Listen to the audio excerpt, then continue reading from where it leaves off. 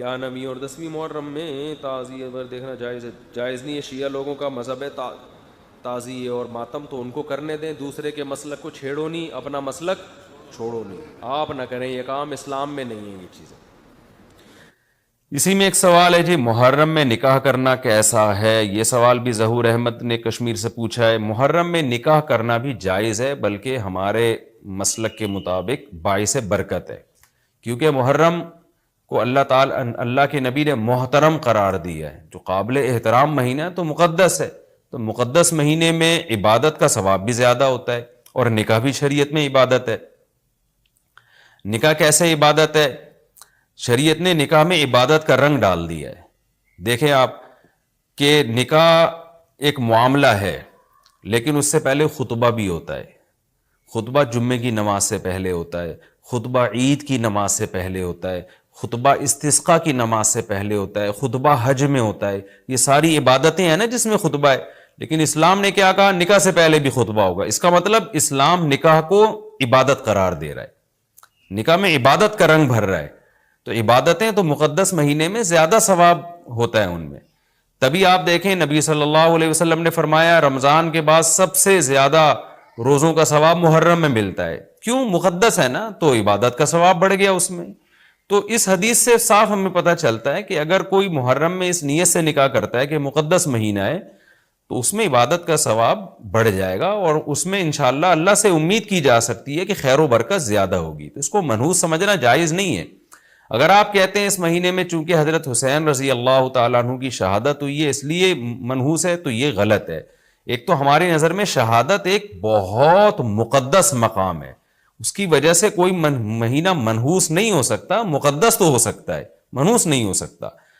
دوسری بات یہ کہ یکم محرم سے لے کے 29 یا 30 ذی الحجہ تک اسلامی تاریخ میں کوئی ایسا دن نہیں ہے جس میں کسی مقدس شخصیت کی شہادت نہ ہوئی ہو یا کسی پہ ظلم نہ ہوا ہو۔ اگر آپ تاریخ کے اوراق اٹھا کے دیکھیں، ہر مہینے ہر تاریخ کو کوئی نہ کوئی اسلام میں اچھا واقعہ بھی ہوا ہے اور برا واقعہ بھی ہوا ہے۔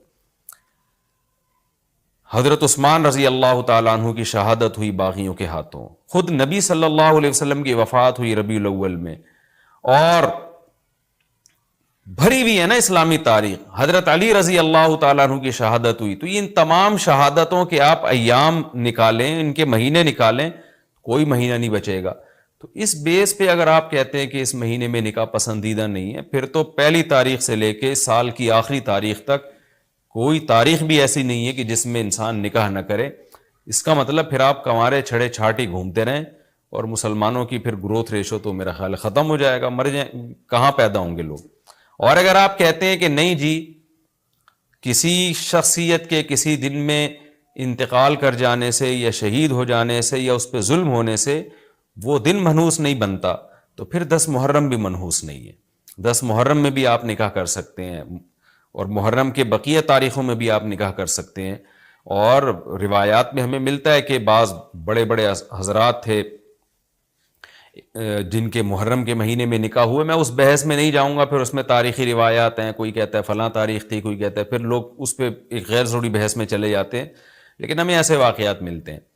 تو اس لیے اس بارے میں، اور پھر شریعت میں جلد نکاح کی ترغیب ہے، نکاح کو ڈیلے کرنا یہ شریعت میں پسندیدہ کام نہیں ہے۔ اس بیس پہ تو ڈیلے کیا جا سکتا ہے نکاح کہ آپ کو رشتہ سمجھ میں نہیں آ رہا، مشورے کر رہے ہیں، لیکن جب ایک دفعہ رشتہ سمجھ میں آ جائے تو اسلام کا حکم یہ کہ اس میں جلدی کی جائے۔ صحیح ہے، بخاری کی مشہور حدیث ہے، نبی صلی اللہ علیہ وسلم کی خدمت میں خاتون آئیں، عرض کیا کہ یا رسول اللہ میں آپ سے نکاح کرنا چاہتی ہوں۔ آپ نے چہرہ مبارک کو جھکا لیا، آپ کا ارادہ نہیں تھا۔ ایک اور صحابی کھڑے ہوئے، عرض کیا یا رسول اللہ آپ میرا ان سے نکاح کر دیں۔ اسی محفل میں نبی نے ان صحابیہ کا ان صحابی سے نکاح کرا دیا۔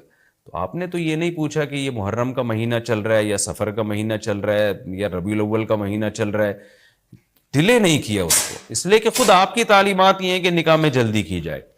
تو اگر آپ کو محرم میں رشتہ ملتا ہے، آپ ربیع الاول تک ڈیلے کرتے ہیں محرم کی وجہ سے یا سفر تک ڈیلے کرتے ہیں، تو یہ ڈیلے کرنا خود قرآن و سنت کے خلاف ہے۔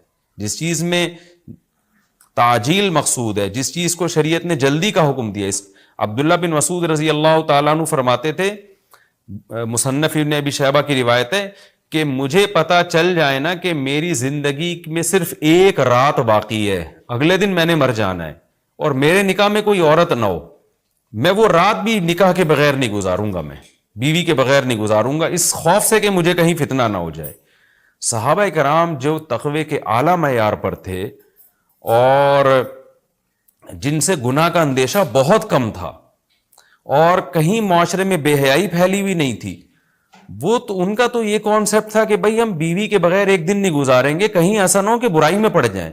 اور آج چاروں طرف بےہودگی پھیل رہی ہے, چاروں طرف بے شرمی, بے حیائی, انٹرنیٹ پر بےہودہ چیزیں, آپ یوٹیوب میں ویڈیو میں جائیں فحش چیزیں آ رہی ہیں, ہر چیز آپ کی شہوت کو برانگیختہ کرنے والی ہے. اور اس میں آپ یہ کہیں کہ ایک رشتہ طے بھی ہو چکا ہے, آپ صرف اس بیس پر آپ اس کو ڈیلے کر رہے ہیں, ایک مہینہ, دو مہینہ, وہ لوگ سفر میں بھی نہیں کر رہے ہوتے, اور اس بیس پہ آپ ڈیلے کر رہے ہیں. اس میں خطرہ ہوتا ہے کہ مرد کسی گناہ میں نہ پڑ جائے, عورت کسی گناہ میں نہ پڑ جائے, تو شریعت اس کی آپ کو اجازت نہیں دیتی ہے. اور پھر اس میں یہ بھی ہوتا ہے کہ اگر آپ ڈیلے کرتے ہیں تو منگنیاں توڑنے کا شیطان کو موقع بہت ملتا ہے. میرے سامنے ایسے درجنوں واقعات ہیں, رشتہ طے ہوا لیکن جی چونکہ محرم ہے یا سفر آ رہا ہے تو ہم ربیع الاول میں کریں گے, یا منگنی کو کسی بھی وجہ سے ڈیلے کر دیا. تو جب منگنی ڈیلے ہوتی ہے, یعنی نکاح ڈیلے ہوتا ہے, منگنی ہو گئی, نکاح کو ڈیلے کر رہے ہیں آپ, اس میں شیطان پھر دونوں کو لڑواتا ہے. منگنیاں ٹوٹتی ہیں, اکثر نفرتیں پھیلتی ہیں, غلط فہمیاں, بدگمانیاں شیطان کو پھیلانے کا موقع ملتا ہے. اس لیے شریعت میں تو منگنی کا لفظ ہی نہیں ہے, شریعت میں ہے خطبہ. خطبہ کا مطلب نکاح کا پیغام بھیجا, ان کو جب سمجھ میں آ گیا تو فوراً نکاح کر دیا, بیچ کا کوئی راستہ نہیں اللہ نے رکھا. تو چاہے وہ محرم ہو, چاہے وہ سفر ہو, چاہے وہ ربیع الاول ہو, چاہے وہ ربیع الثانی ہو. ہاں کوئی اس وجہ سے ڈیلے کر رہا ہے نکاح, کوئی واقعی شرعی عذر ہے اس کو, وہ بہت سارے مسائل ہیں, لیکن محرم کا ہونا بہرحال کوئی شرعی عذر نہیں ہے. تو اس لیے ہم اس میں نکاح کو جائز سمجھتے ہیں, باعث برکت سمجھتے ہیں. پھر میں بار بار بتا رہا ہوں کہ جو وہ شیعہ حضرات جو کر رہے ہیں ان کو کرنے دیں, میں آپ کو آپ کے مسلک کی بات بتا رہا ہوں. ہم جو قرآن و سنت کو اور اصحاب رسول کو فالو کرتے ہیں اور اہل بیت کو بھی مانتے ہیں, ہم ان کی بات کر رہے ہیں. وہ بھی دعویٰ کرتے ہیں کہ ہم مانتے ہیں, تو ان کو ان کے دعوے پہ رہنے دیں. ہم تو وہی بات کریں گے جو ہمیں صحیح لگے گی.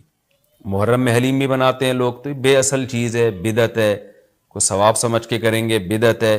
بعض لوگ کہتے ہیں ہم ثواب سمجھ کے نہیں کر رہے, ویسے ہی سب بنا رہے ہیں تو ہم بھی بنا رہے ہیں. تو بدعت کی تائید تو ہو رہی ہے نا. آپ پورا سال پڑا ہے حلیم کھانے کے لیے, آپ کو کیا مصیبت ہے کہ آپ محرم ہی میں دیگ پکائیں, پورے سال کیوں نہیں پکا رہے تھے آپ؟